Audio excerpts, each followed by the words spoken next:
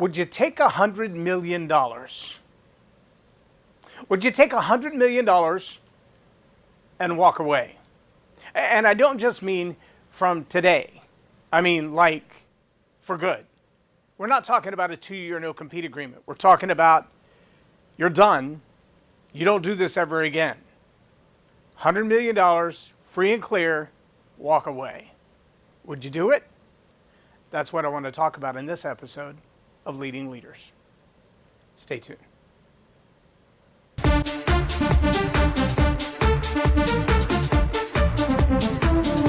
Think storytelling's just for bedtime? Nah, it's the secret sauce for business magic. Stuck in a rut with bland pitches and yawning clients?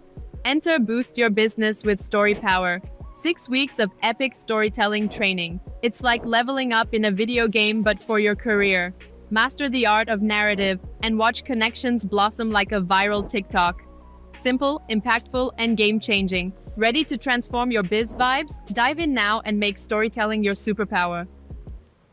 Subscribe now for access to our extensive media library of leadership lessons promoting faith, family, and freedom. Begin your personal growth plan at StoryPowerAcademy.com for leadership development and communication skills training. I'm Loren Norris with Leading Leaders Podcast. I have a confession to make. I love public speaking. I love being in front of a crowd, whether it's 4 people or 40,000 people. The crowd doesn't intimidate me. The responsibility sometimes does, but the crowd doesn't intimidate me. I really enjoy that. And the more feedback, the more interaction with the crowd, the better. I really have a passion for executive coaching. I love to watch the light go on when people go, oh, I didn't realize that's what I was doing wrong. Sometimes it's hard to get them there, to get them to admit that they could have been doing it better. But I really have a passion for that. I also believe that I have both a gift and a skill set for storytelling. I've been doing that since I was 6 or 7 years old. I've worked really hard to master that craft. But I believe that that part of my life is more than a job. See, I remember back, I was driving on Highway 114 between Texas Motor Speedway and the airport, listening to an audio of a guy who had previously competed in the World Championship of Public Speaking. And he was telling a story about how to tell a story. But the story he chose to tell was about a debate that he had with his wife. When he said, I want to be a motivational speaker, and she said, but you have a job. And he said, I know I have a job. She said, and they just offered you a raise to stay in your job. He said, I know they offered me a raise to stay in my job. But this motivational speaker thing, this is my dream.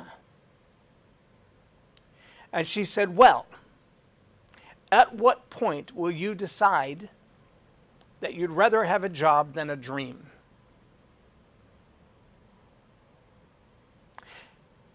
His debate with her went on, and mine kind of came full stop right then, and I began to ask the question, what if? Because at the time, I had a job. I had a full-time job. I was doing okay. And I was still asking that question, how much would they have to pay me to give up on what I'm doing? Now, people do it all the time. I mean, I believe this week, maybe by Thursday it'll be a different number, but I believe this week Elon Musk is the richest man on earth. I could be mistaken, maybe in America, but you know, his net worth is in the T's now, not the B's anymore, in the T's, the trillions. There are nations on earth who don't generate as much revenue in an entire year as Elon Musk. But Elon Musk isn't wealthy because he lives only his passions. He doesn't have a dream that he is pursuing at all costs. Elon Musk first became wealthy when he sold this little company called PayPal. He had a tech idea. It worked. It worked well. He sold it for a lot of money. It still works well. It still makes a lot of money. Then he did the same thing with electric cars, and then holes underground like a mole, and then rocket ships, and then internet access, and the list just goes on. And each time he's made more money, he's invested it in making more money. Now, obviously, he's got an incredible skill set. He's got a lot of talent. He's got a lot of gifts. And he's using those gifts and talents to create wealth. And he's using that wealth to do interesting things. A lot of it, he's just making his money make babies, making his money make more money. But he's buying and selling some interesting things along the way, like Twitter, X, whatever you want to call that thing.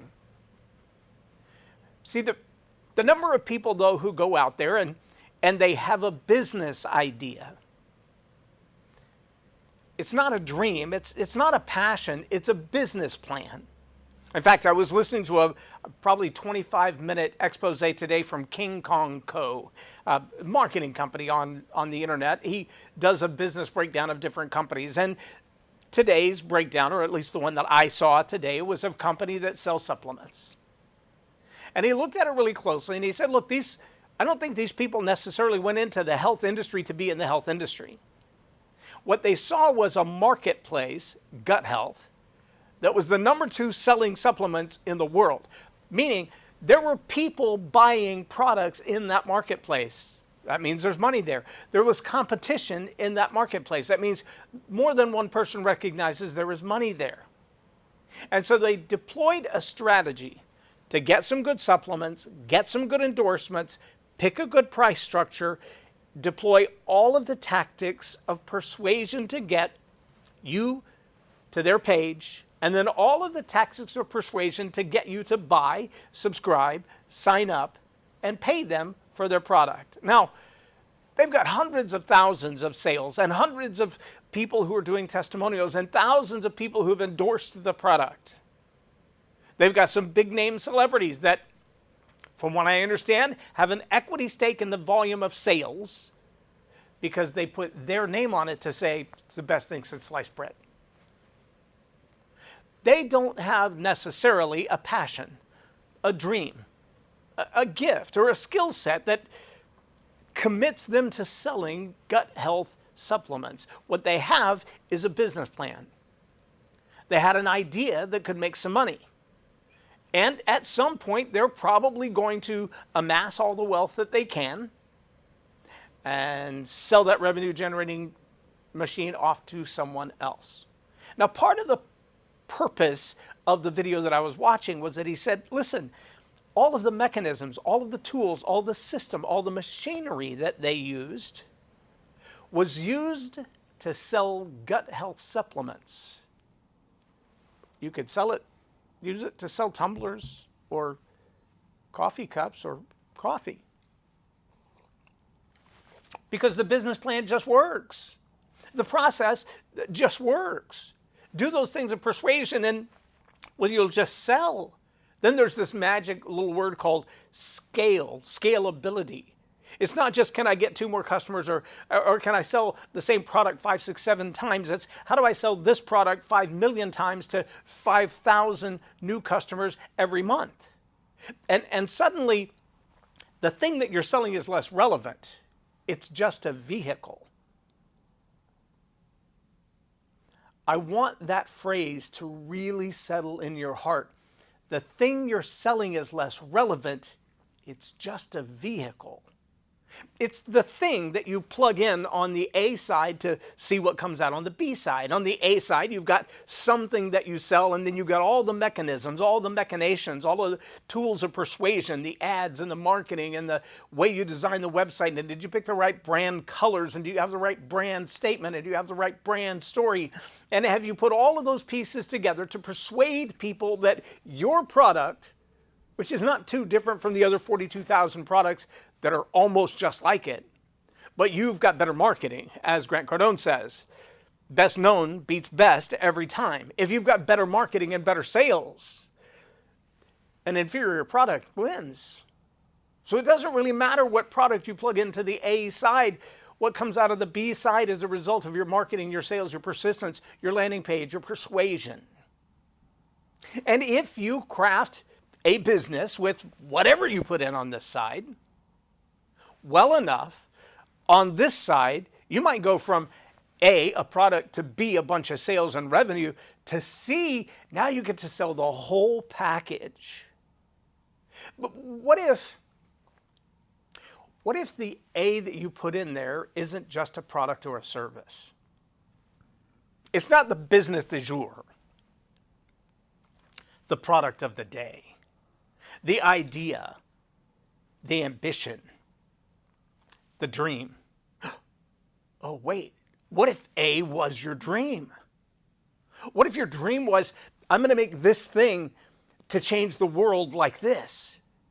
And this thing that I'm going to put into the system, I mean, the system, I expect it to work, the persuasion and the tools and the click-throughs and the ads and the marketing and the landing pages and the products and the way that I process income. I expect all of that to work the same way, but what I'm going to shove in there isn't just a supplement or an oil change or a new kind of brake fluid or new baking ingredients. No, this is my dream. This is my vision for life, for making my life better and the life of people around me. But what I'm going to shove in there is, it means more to me than whatever the number is on the outside.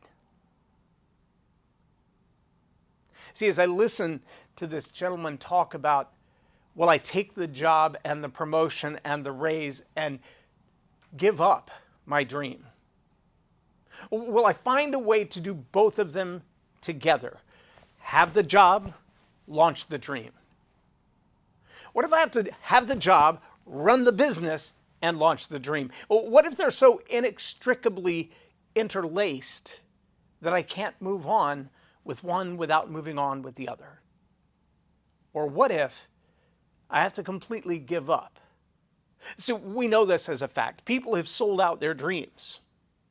Sure, they've done the Elon Musk, build up a PayPal, you've got a product, you've got a service, it's worth money, sell it, move on to the next thing. But we also know people who built up their dream, their passion, their thing for life, and sold it off. I mean, they've sold their dreams for a salary. They sold their dreams for the next big opportunity. They've sold everything they invested in. They've sold their birthright. Yeah, it's happened. It's been done. Somebody actually sold their birthright. Probably not just one. There's one that's famous. If you're not sure what I'm talking about, just type in any search engine, who sold their birthright, and then read the story. It's pretty fascinating. But what about you? What about me? It was 4:55 this morning, April the 1st, 2026. When it was as if someone was standing beside my bed shaking me, and I heard this question rattling around in my head. It was irrelevant to the dream that I was having. Honestly, I don't even remember the dream that I'm having now, that I was having now, but I do know that as I was having the dream and this question started rattling around in my head, I thought, what does that have to do with what's going on in my head and the story in this dream right now? And ironically, a series of questions began to follow it, a series of concepts. Would you take $100 million and walk away? That was the question. And then the question began to be followed with some of those other questions. What if it's your dream? Would you sell your dream? Would you sell your vision? Would you sell your business plan? What kind of business would you craft if you knew there was a chance to take the $100 million paycheck and walk away? Now, frankly, I don't think Elon Musk has lost one iota of sleep after handing over all the reins to PayPal, taking his money and reinvesting it elsewhere. I don't think there was one time that he went, oh my gosh, I can't believe what they've done to my PayPal. Maybe I'm wrong. I don't think it's happened. I think he saw a business opportunity. He built a business. He made it profitable. He made it a product to sell. He sold it. He took his money and he moved on to the next thing. But I do know that there are people. I remember watching an interview with a guy who said, look, all of my life, I was forced to make decisions on the benefit of a big, big company and at the detriment of individual humans, and it broke my heart. And after 2.5 decades of doing that, I finally stepped out and said, if I can help these individuals live a better life, man, that's what I want. That's what I want more than anything else. I've made my money. I've had my paycheck. I know my business. I've done the study. I know what I'm talking about. I can help these individuals, and it doesn't have to be for the benefit of this big company. I can help individuals make better decisions. And he got busy about doing that. And he was growing his little company built on his dream, built on his passion, built on what he was made for, his gifts and his talents and his skills all coming to bear, changing the lives of people, dozens at a time. And then he crossed paths with someone who said, you know, we could scale this.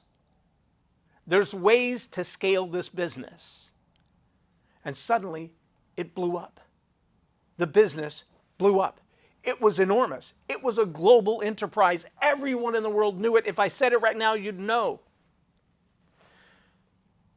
But I heard this founder say in an interview after a run with this explosion of business, say, you know what?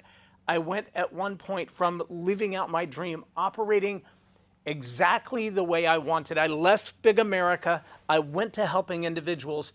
And then I found myself hawking a process. We forgot about the people again. We were in business mode to grow business. We had quotas, we had sales numbers, we had marketing employees, we had commitments to be in front of the camera, commitments to be on stages, commitments to be doing ads and marketing, commitments to come up with new ways to reach people, commitments to get new endorsements. We had commitments to the company, to the business, to the machine. We forgot about the A. We were only focused on the B. We didn't care what got shoved in on this side, whatever sellable, that's what we shove in. And on this side, we want everything that we can get to come out. And it became so about the business that I was right back where I started. Pretty confident if I said the names, you know exactly who I'm talking about. I'm not going to. Because I want you to ask yourself, is that where you are today? As a leader, as a business owner, as a speaker, as a communicator, have you gotten so wrapped up in what product will I shove in this side, put it through the process, and get revenue out this side that you've forgotten that the reason that product exists is for the individuals it's intended to serve? Have you sold your dream? Have you sold your birthright? Let me advance that question one step further. I want to ask you, have you sold your calling? See, there's this very fine line between the thing that I love to do and the thing that I was put on this earth for. I would like to believe that for most people, as I found it to be for me, the thing that lights me up the most, what I enjoy the most in life, what I get the biggest kick out of, what I am most exhilarated by, my passion and my calling are married together. It'd be real interesting to build the business, the Story Power Academy, the Leading Leaders Podcast, Story Power TV, to build those entities, those elements, those business factors to a scalable product, a sellable business. But if I got an offer for $100 million, could I walk away? See, my challenge is, would $100 million be walkaway money is not my problem. Would $1 billion be walkaway money? Still not my problem. My problem is buying the company to the degree that you buy my calling. See, a lot of people who sell out their company, some of them stay on board because they're the CEO, they're the known factor. They have to be there, they have to be the face, at least for a period of time. before they can move on. I know Brendan Dawson has told in his story several times about how he grew up in the industry around hearing aids. And when he decided to go into the business around hearing aids, the first time he exited, it was in the 9 figures, 10 figures, perhaps. Lots of money, lots and lots of money. But the first thing the buying company said was, because you're the face of this company, because you're the brand of this company, because this company wouldn't exist without your name, your face, and your efforts, you have to stay on board for X period of time. That's part of the deal. That was the negotiation. But I can tell you there are a whole lot of people where the product, the service, the business, the company, its brand, its name, its entity, everything it brings to the table is a package deal. And when that product gets shoved into that machine, the founder evaporates. The one who said, this is my dream, this is my calling, I will pour everything into this. The one who sacrificed, as they say many times, the pioneer is found face down with arrows in his back. The pioneer is found face down with arrows in his back. Let me finish that thought for you. Oftentimes those arrows are fired at you by the buyer who bought you out. See, they're not just buying your company. I've spoken with attorneys in the media industry. A friend of mine has been in the media industry, deeply engaged in the media industry for a significant period of time. And he tells horror stories of people who write these phenomenal screenplays. And they take them to these big movie houses. And the big movie houses look at them and they go, that's okay. Yeah, I mean, whatever. Yes. I know you want $5 million for it. I'll give you $500,000. I mean, it's really not worth $5 million, but it's really not worth $500,000. But I'll give you $500,000. We'll make it ours. We'll make the movie when we get around to it. And people who have poured their life and their heart and their soul and their calling and every gift and talent and borrowed money from people to put this together, they sell out for that $500,000 or that $1 million or that $5 million. And the big movie house takes that script and goes, I don't think so. And it goes in the trash can, or it goes in a vault where it stays for years. And the story they needed to tell, the passion that was born in them, the dream, the narrative, the calling, is silenced forever.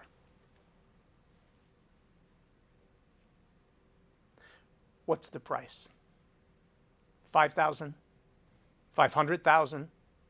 100 million? A couple billion? When Passion of the Christ was produced, no one in Hollywood had a thing to do with it. They refused. Mel Gibson paid for the whole thing himself. Bad news for them, it is the highest grossing rated R movie of all time with over $760 million in sales. Not bad income. But if he had waited around for people who agreed with him to buy in, to put their money on the table, he would have sold that dream, because that script would have been rewritten. Those characters would have been recasted. The who's in his story would have been gone. How many times have you been tempted to say, I'm going to build up this business just enough to make it profitable so I can exit? I want my exit strategy. If you're building the business for the purpose of the exit strategy, good on you.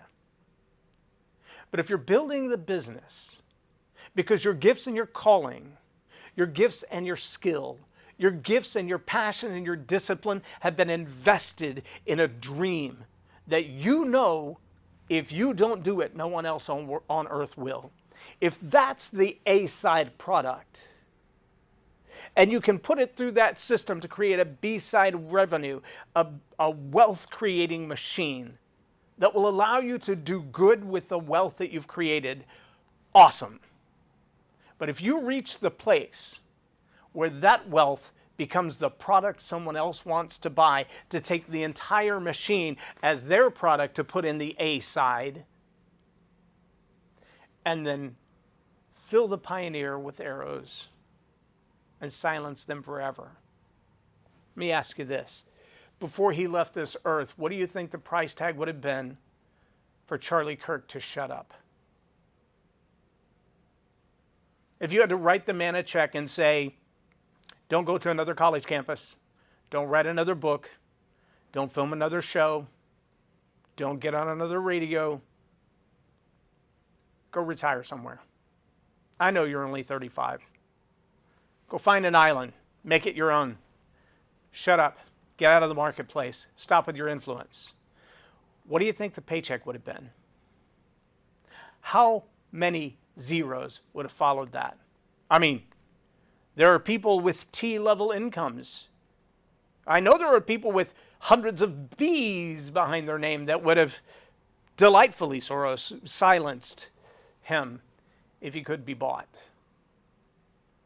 So what if what you're building isn't a business, it's a calling? What if you're not here just to generate wealth? If you are, good on you. But if you were made for more than that, if you were called to run a business that generates wealth, that gives you the opportunity to change the lives of people, and along the way, what you're doing in your business is changing the lives, the minds, the hearts of people, what price tag do you put on that? And as all of this was pondering in my head, I recalled those people that I saw the flash in the pan. I saw them rise to start and make a whole lot of money and then vanish. And I wonder, were they bought out? Did they create enough of a business and a product and a revenue stream that somebody else said, hey, I'll buy your revenue stream. It's like a car wash. It's just revenue. It's just a way for money to come in the door. It's another vein of revenue. Can I buy out your business, and will you go away silently and not interfere? And I wonder how many times they sold their birthright.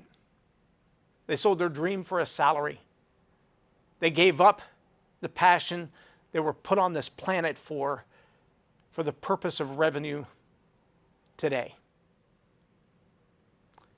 Money doesn't buy happiness, but it'll buy me a boat and a truck to pull it and a 110 Yeti iced down with.